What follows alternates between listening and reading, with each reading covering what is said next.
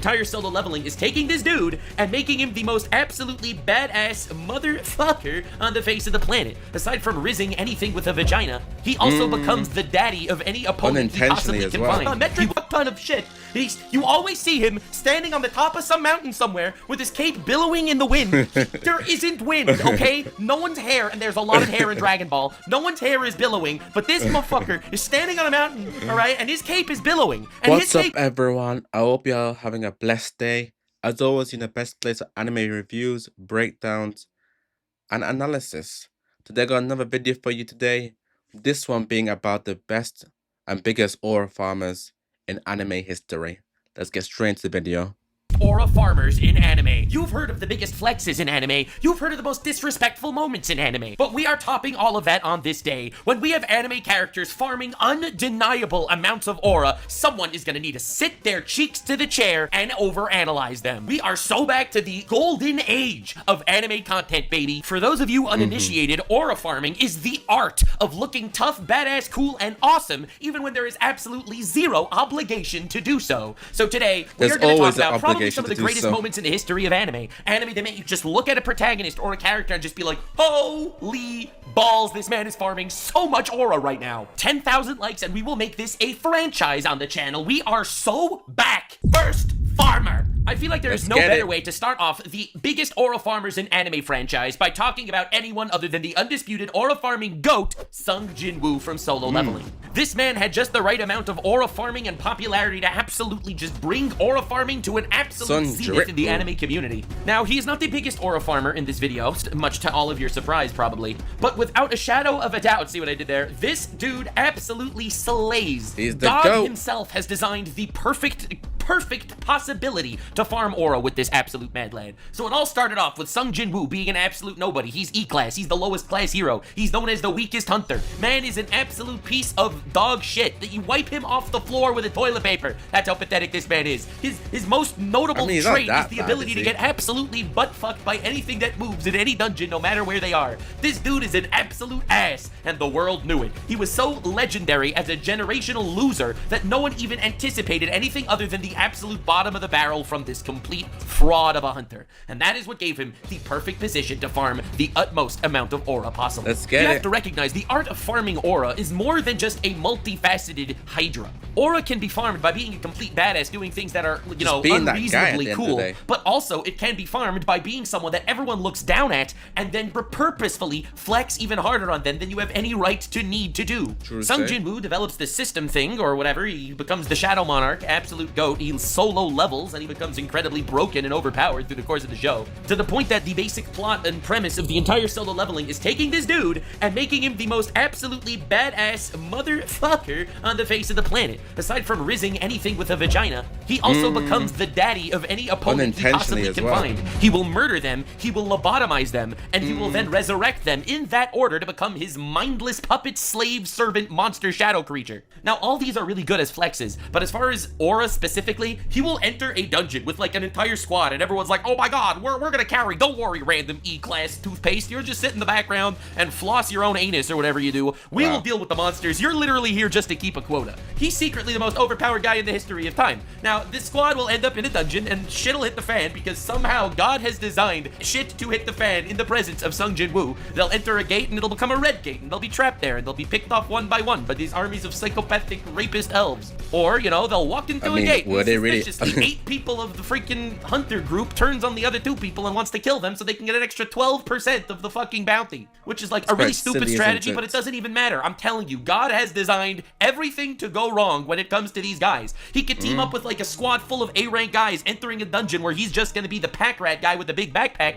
and suddenly everything will go wrong, and there is this high orc mage wizard guy who's overpowered as fuck, who absolutely ragdolls his opponents and throws around the A-ranks like Kadabra's throwing Pikachu around in early Pokemon. If something can go wrong, it will go wrong with Sung Jin-Woo around, and the most ironic part is, even though ultimately every single time Sung Jin-Woo is gonna need to be the guy that saves the squad, Sung Jin-Woo tries his absolute best to farm as much aura as possible and while that's doing why he's so. the GOAT. They'll all be fighting for their life, and he'll just be sitting there in the background being like, yes, I could stop everyone here, but I don't want to reveal my identity. I'm just an E-rank. I don't want people to know. Yet. And they'll just casually stand there in the background using his fucking telekinetic ghost hands to butt fuck all the opponents he possibly can, while all of his allies are getting ravaged everywhere. And he just looks as cool as possible, taking literally every single W he can, and all the A-ranks around him don't know what's actually going on, so they have to discuss with each other, I don't know, our enemy's movement seemed slower for some reason, but I couldn't figure out why. Meanwhile, it's because somehow Sung Jin-Woo is moving faster than the eyesight of the A-rank people around him to slow them down so that they can take W's, and he can just sit there in the back farming all the aura for the unknowing, fourth wall breaking me watching that fucking shit go down.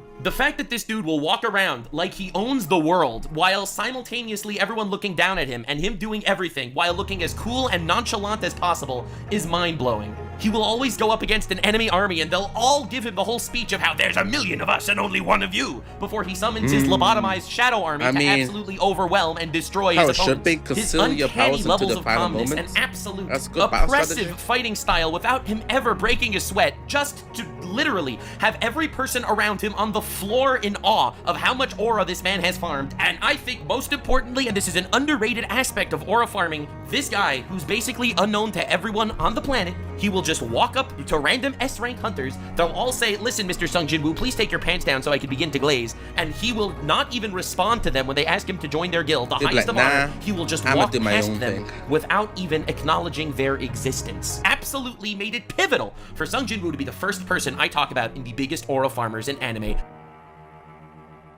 W. Sung Jin-Woo. Next, farmer. So we talked about the zenith of aura farming and the reason why this became an entire goddamn discussion point in regards to anime. And I think now we have to discuss, in my opinion, the first aura farmer for so many people, Piccolo from Dragon Ball. Okay. Before even getting into any specifics whatsoever, I think the main reason why Piccolo is an absolute aura farmer and why it's so important to mention him as possibly the entire pathway paved for this genre of badass is the fact that this dude is wearing a cape that weighs a fuck billion amount of pounds. It's all for training, and he's wearing this goddamn cape that weighs a metric ton of shit.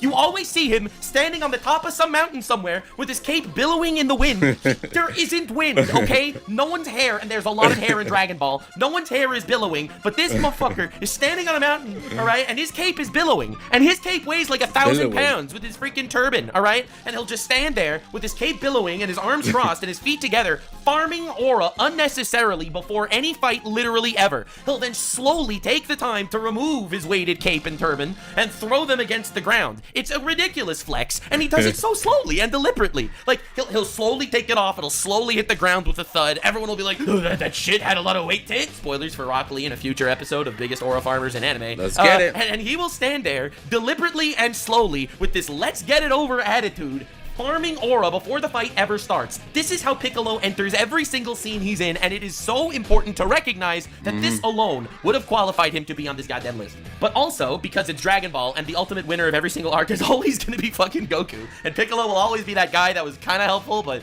definitely took an L like every single freaking time. Right, listen, Piccolo, I don't make the rules, that's just how it is. He always does it with so much crazy stoicism. When he sacrifices himself for Gohan in the Saiyan saga, bro takes Nappa's blast. He's fighting a Saiyan, all right? The Saiyans are crazy warrior guys, all right? The warrior Saiyan dude cooks him, all right? That's crazy. And what does he do? He does like the gravelly voiced, heartfelt farewell, you know, giving the unbelievable coolness that comes along with literally facing death. Dude doesn't scream when he gets cooked.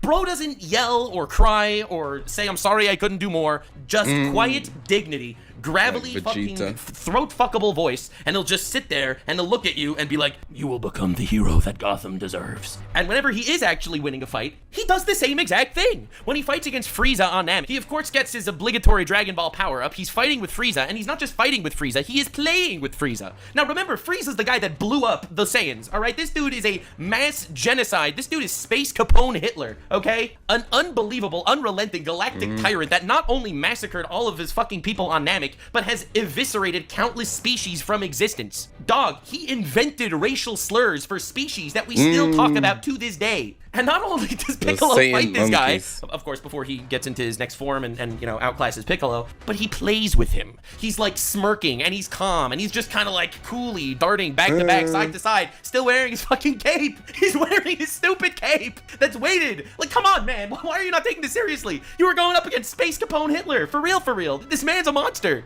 But honestly, there are some things more important than putting a tyrant in their place and taking them out swiftly, and that is farming just the right amount of aura. I like to think of this as psychological warfare against Space Hitler, okay? And honestly, my boy Piccolo, he deserves the love and respect for doing it the way he did. Now, more and more examples of this can be stated, but no matter every single time that somehow there is some sort of interplanetary threat, Earth is gonna blow up, a species is gonna get wiped out, Piccolo will be there on the top of the highest possible fucking point on the goddamn setting, in the distance with his legs together, his arm crossed, and his trademark as he looks down with complete composure at the situation before promptly getting manhandled so Goku can save the day a little bit later. And I just think that's pretty fucking awesome and badass. And dude farms an unrelenting amount of aura, despite the fact that he never actually takes down a big bad guy literally ever. Thank you so much for coming to my TED Talk. Next, farmer. I feel like there's some undeniable aura farming goats, and we're gonna have to talk about a lot of them in the very first episode of the biggest aura farmers in anime, in case we don't hit the like goal of 10,000 likes, and a sequel to this video never comes. So we're gonna have to talk about Satoru Gojo from fucking Jujutsu Kaisen. And we'll save that for another video. Or just to half this video today. But yes, the biggest aura farmers. Aura seems to be one of the biggest phases was come out of 2025. Even partly last year, where it really like blew into like everyone's kind of train of thought. And Sung Jin-Woo and Piccolo are definitely rightfully mentioned in this video. I won't be surprised if it's Nux. He's got probably Escano will be there. Obviously, he's going to do Gojo. Gilgamesh will probably be there. Sinbad will be there. It really takes me back to his one of his series of biggest flexes anime from like 5-7 years, where it's one of his best series in YouTube he's ever done. And I might go back and see those OG videos and we'll react to those as part of a new series I am looking to bring forward called Retro Reacts. But more on that another time. But yeah, let me know. If you'd like to see more of these vitamin videos regarding aura, let me know. I'll be more than happy to do more of them as well. Also, tell me what you think is the biggest flexer in anime, and we'll see if we can do a dedicated video to them alone. But that's for me for today. Like, comment, and subscribe, and until next time, ciao.